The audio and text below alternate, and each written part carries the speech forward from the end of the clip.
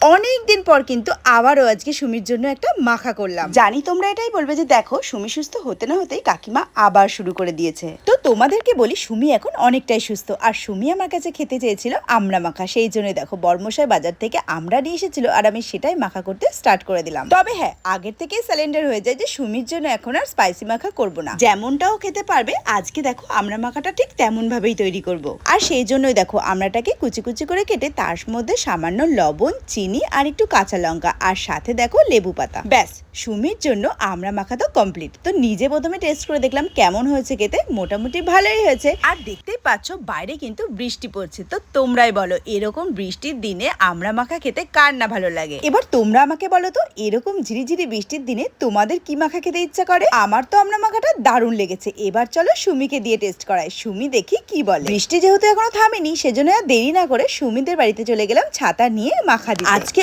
অনেক দিন পর কিন্তু সুমি মাখা টেস্ট করবে আমার হাতে। তো চলো দেখা যাক সুমির রিয়াকশনটা কি হয়। অনেকদিন পর আমরা মাখা খেয়ে তো সুমির বেশ ভালো লেগেছে, সেটা তোমরা দেখেই বুঝতে পেরেছো। এবার তোমরা তাড়াতাড়ি বলো তো এরকম ভাবে আমরা মাখা কেউ ট্রাই করেছো নাকি? খেয়ে থাকলেও জানিও আর না খেয়ে থাকলে অবশ্যই বাড়িতে ট্রাই করো।